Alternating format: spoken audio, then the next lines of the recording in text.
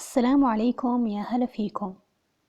غالبا ما تكون لذاذة بعض الأكلات في بساطتها، ووصفة اليوم واحدة من الأكلات البسيطة لكنها لذيذة وبجد مميزة بنكهاتها المختلفة.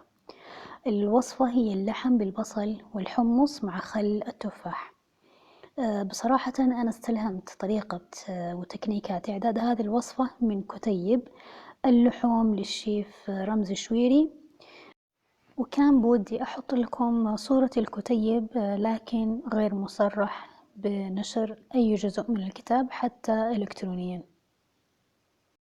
المقادير اللي نحتاجها لحم بقري أو غنمي، وبصل أحمر وحمص وقطع شحم وبصل أخضر وهيل وورق غار ومصهور الشحم، بالإضافة للملح والبهارات والماء وخل التفاح.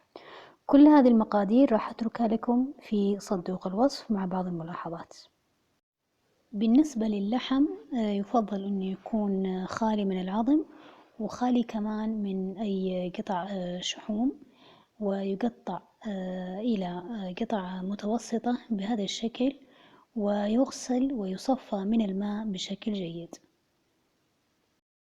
المكون الثاني والأساسي في هذه الوصفة هو الحمص. أنا عندي هنا كوب واحد من الحمص نقعته في ماء مغلي لمدة ساعة كاملة قبل ما أبدأ بإعداد اللحم. نبدأ إعداد الوصفة بوضع الشحم ومصهور الشحم في مقلاة على نار متوسطة، ونقلبهم شويتين لحد ما تبدأ قطع الشحم بالانصهار، بس بشرط إنه ما يتغير لونها أو تحترق وتطلع معانا نكهة غير مستساغة. بعدها نضيف قطع اللحم كلها دفعة واحدة في المقلاة، ونبدأ نقلبهم لحد ما يتغير لونهم وتبدأ اللحمة تنزل مويتها. من الخطوات المهمة اللي بتعطينا طعم حلو ونكهة مميزة للحمة إنه نبدأ بإضافتها قبل ما نضيف البصل ونشوحه مع المادة الدهنية. نستمر في تقليب اللحمة في المقلاة من 10 إلى 15 دقيقة بدون ما نغطيها. بنلاحظ إنه كمية الموية اللي نزلتها اللحمة صارت أكثر. ننتظر لحد ما تتبخر ويبقى معانا مرق خفيف. بعدها نضيف الهيل وورق الغار مع الفلفل المجفف. الفلفل المجفف اختياري، لكن نكهته لذيذة في هذه الوصفة أكثر من الفلفل الأخضر. أنا هنا رجعت للحمص المنقوع، بنلاحظ إنه حباته انتفخت وتضاعف حجمها. راح نصفيه من الماء ونضيفه مباشرة للحم في المقلاة. مباشرة نضيف الماء المغلي لحد ما يغطي اللحم والحمص تماما، ونحرك لتوزيع المكونات في المقلاة بالتساوي.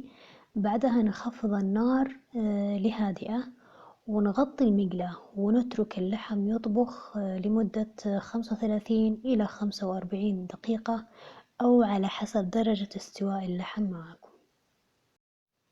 هنا بعد ما مرت 45 دقيقة بنلاحظ إنه كمية المرق اتبخرت واللي بقي معانا شويتين بس. إحنا مو محتاجين كمية مرق كبيرة في هذه الوصفة، هي مجرد صوص خفيف. راح أضيف الآن الملح والبهارات. أنا استخدمت هنا الملح الصخري، والبهارات هي الكزبرة والفلفل الأسود والكمون فقط بدون أي بهارات أخرى. عشان كذا أنا قلت لكم إنه هذه الوصفة من الوصفات البسيطة بمكوناتها واللذيذة بنكهتها. راح أقلب لحد ما تختلط اللحمة والحمص مع الملح والبهارات وتكتسب النكهات المضافة. نستمر في هذه الخطوة من 3 إلى 5 دقائق بالكثير. بعدها راح أضيف البصل، ومهم جدا إنه تقطيع البصل يكون جوانح رقيقة بهذا الشكل اللي تشوفوه، لأنه لو قطعنا البصل لمكعبات أو قطع كبيرة مثلا راح يفرق بشكل كبير في النكهة النهائية للوصفة. نستمر في تقليب البصل مع اللحمة لمدة 2 إلى 3 دقائق تقريبا، وبعدها لما يذبل معانا بهذا الشكل نضيف مقدار ربع كوب من خل التفاح. خل التفاح مكون أساسي في هذه الوصفة. في حال عدم توفره ممكن تستخدموا بداله خل العنب الأحمر، لكن الخل الأبيض العادي ما حيمشي معاكم لأنه نكهته بتختلف اختلاف كلي عن خل التفاح وخل العنب. الإضافة الأخيرة في هذه الوصفة هي البصل الأخضر الطازج. أنا قطعته معاكم أعواد صغيرة بهذا الشكل، راح أضيفه للحم وأقلب لحد ما يختلط معاهم. مدة التقليب ما تزيد عن دقيقتين بالكثير، لأنه ما أبغى لونه يتغير ولا أبغاه يذبل بزيادة. وهذه هي وصفتنا لليوم في اللحظات الأخيرة لها على النار. لاحظوا جمال تكوينات الألوان وتناغمها، البصل الأخضر مع الحمص مع البصل الأحمر مع قطع اللحم. راح أغرفها في صحن التقديم، وخيارات التقديم متاحة لكم مع أي نوع سلطة شتوية دافئة حسب رغبتكم، مثل سلطة القرع أو سلطة الزهرة أو سلطة الكوسة. لكن ما أحب الصراحة أنها تتقدم مع مثلا رز أو مع خبز، لأنه مع الرز الوصفة بتكون ثقيلة شوية، ومع الخبز ما فيها صوص للتغميس. فالخيار الأمثل من وجهة نظري هو واحدة من السلطات الشتوية الدافئة، حتى تكون في ذات الوقت يعني مكملة لها بالعناصر الغذائية المفيدة.